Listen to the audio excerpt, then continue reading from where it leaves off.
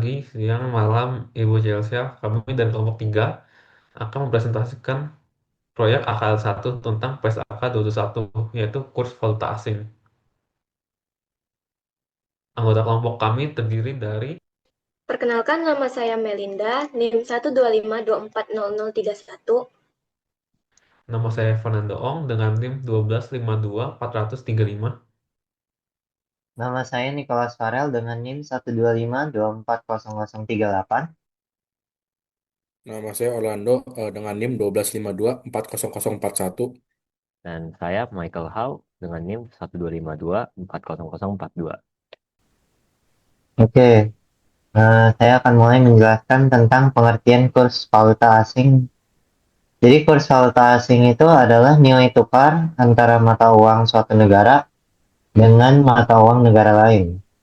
Dengan kata lain, kurs menunjukkan berapa banyak nilai mata uang domestik yang diperlukan untuk memperoleh satu unit mata uang asing, atau sebaliknya. Next. Jadi tujuan PSAK 221 itu bertujuan untuk mengatur tentang pencatatan dan pelaporan transaksi mata uang asing serta kegiatan usaha luar negeri, dan juga menjabarkan laporan keuangan ke dalam mata uang penyajian agar tetap relevan dan dapat dibandingkan meskipun menggunakan mata uang yang berbeda. Next. Jadi ruang lingkup yang untuk PSAK 221 itu, pertama, transaksi dan saldo dalam mata uang asing, kecuali transaksi dan saldo derivatif yang diatur dalam PSAK 255. Yang kedua, yaitu penjabaran hasil dan posisi keuangan kegiatan usaha luar negeri. Yang ketiga, yaitu penjabaran laporan keuangan ke mata uang penyajian. Lalu ini ada beberapa definisi yang nanti akan dibahas. Yang pertama itu kurs. Kurs itu adalah rasio pertukaran dua mata uang. Lalu ada kurs penutup, adalah kurs spot pada akhir periode pelaporan. Lalu ada kurs spot yang memiliki arti kurs untuk realisasi segera. Lalu ada mata uang fungsional, adalah mata uang pada lingkungan ekonomi utama di mana suatu entitas beroperasi. Ada pos-pos moneter yang merupakan unit mata uang yang dimiliki serta aset atau liabilitas yang akan diterima atau dibayarkan dalam jumlah unit mata uang yang tetap atau dapat ditentukan. Lalu yang terakhir adalah selisih kurs yang merupakan selisih yang dihasilkan dari penjabaran sejumlah tertentu satu mata uang ke dalam mata uang lain pada kurs yang berbeda. Selanjutnya ada pertimbangan mata uang fungsional. Faktor utama penentu dari mata uang fungsional adalah: 1. Mata uang yang paling mempengaruhi harga jual barang dan jasa. 2. Negara yang peraturan dan persaingannya paling mempengaruhi harga jual. 3. Mata uang yang mempengaruhi biaya produksi seperti tenaga kerja, bahan baku, dan lain-lain. 4. Mata uang sumber pendanaan seperti penerbitan utang atau ekuitas. 5. Mata uang tempat hasil operasi ditahan, artinya kas dan pendapatan biasanya tetap dalam mata uang tersebut. Next. 3 hal utama yang dilihat untuk menilai kemandirian entitas luar negeri dari induknya. 1. Proporsi kegiatan luar negeri. Semakin besar aktivitas di luar negeri, semakin mungkin menggunakan mata uang lokal. 2. Arus kas. Apakah arus kas dari entitas luar negeri langsung mempengaruhi induk, dan apakah mudah ditransfer ke induk? 3. Kemampuan memenuhi kewajiban. Apakah entitas luar negeri bisa membayar utangnya sendiri tanpa bantuan dari induk? Next. Selanjutnya ada penerapan pengakuan awal. Penerapan pengakuan awal dibagi menjadi 3. Yang pertama ada pencatatan. Suatu transaksi mata uang asing harus dicatat dalam mata uang fungsional. Yang kedua, jumlah yang dihitung. Dihitung ke dalam mata uang fungsional dengan kurs spot antara mata uang fungsional dan mata uang asing pada tanggal transaksi. Dan yang ketiga adalah tanggal transaksi. Tanggal memenuhi kriteria pengakuan. Next. penerapan pada tanggal pelaporan. Yang pertama, Pos moneter mata uang asing dijabarkan menggunakan kurs penutup. Yang kedua, pos non moneter yang diukur dalam biaya historis dalam mata uang asing dijabarkan menggunakan kurs pada tanggal transaksi. Yang ketiga, pos non moneter yang diukur pada nilai wajar dalam mata uang asing dijabarkan menggunakan kurs pada tanggal ketika nilai wajar ditentukan. Next. Pengakuan selisih kurs. Selisih kurs yang timbul pada penyelesaian pos moneter atau proses penjabaran pos moneter pada kurs yang berbeda dari kurs pada saat pos moneter tersebut dijabarkan. Pada pengakuan awal selama atau sebelum periode laporan keuangan diakui laba atau rugi dalam periode pada saat terjadinya. Selisih nilai tukar komprehensif jika keuntungan atau kerugian pos non moneter diakui dalam pendapatan komprehensif lain. Setiap komponen perubahan dari keuntungan atau kerugian itu diakui dalam pendapatan komprehensif lain. Jika diakui dalam laba rugi, komponennya pun diakui dalam laba rugi.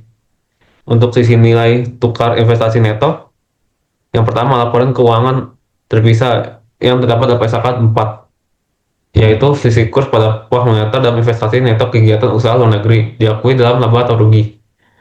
Laporan konsolidasi, sisi kurs diakui di pendapatan proses lain, lalu deklasifikasikan ke laba atau rugi saat pelepasan investasi neto pada paragraf 46.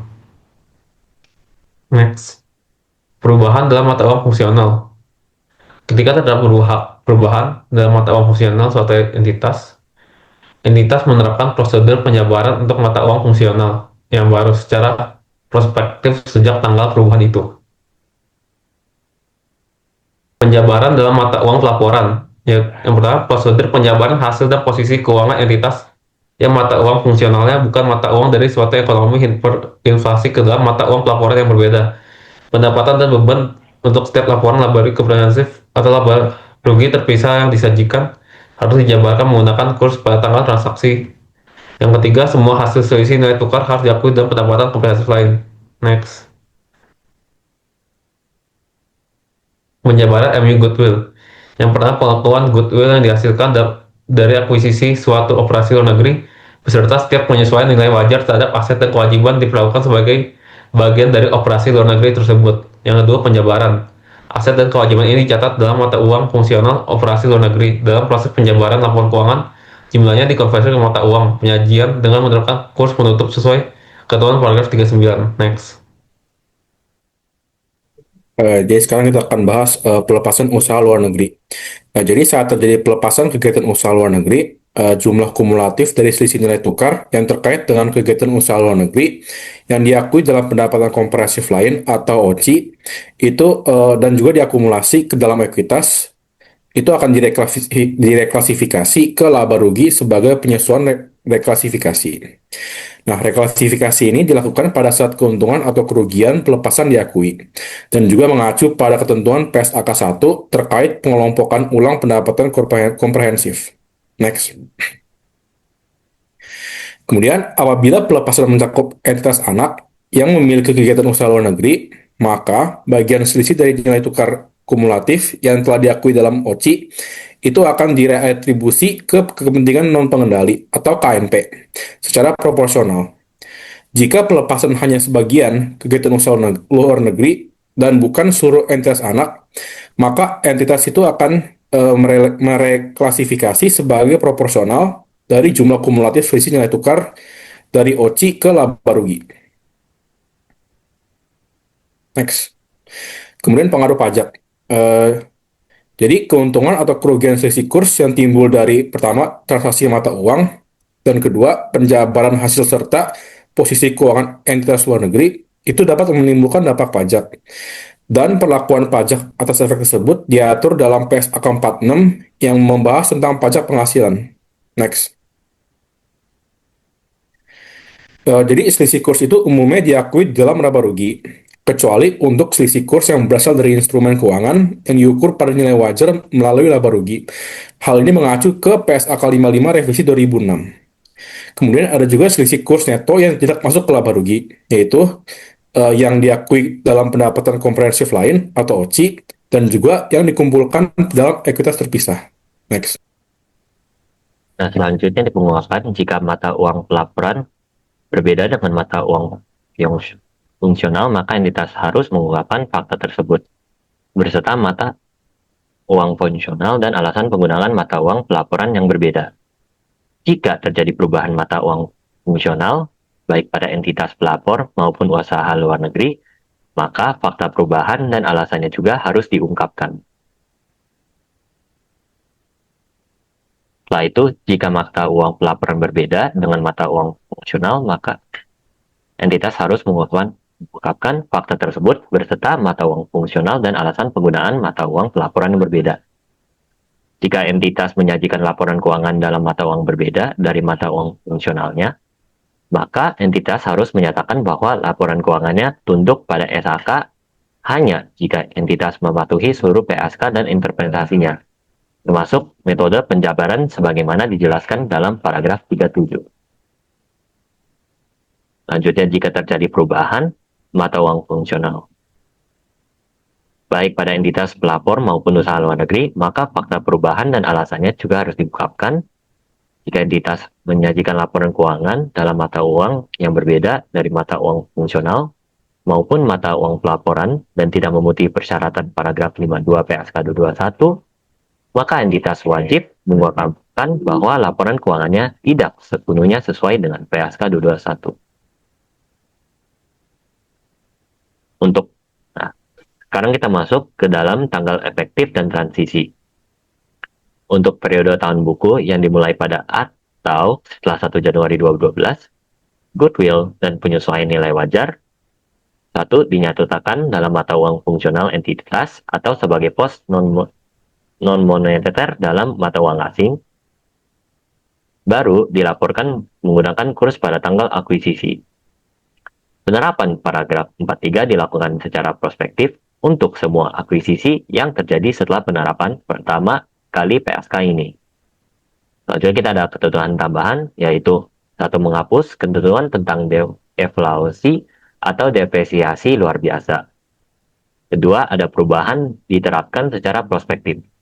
Dan terakhir, ada perubahan lain akibat penerapan PSK ini mengikuti ketentuan PSK 25. Nah, untuk kesimpulan dari kelompok kami, secara keseluruhan PSK 221 menetapkan kerangka kerja yang komprehensif untuk mencatat transaksi dalam mata uang asing dan menjabarkan laporan keuangan entitas yang beroperasi di lingkungan multi mata uang.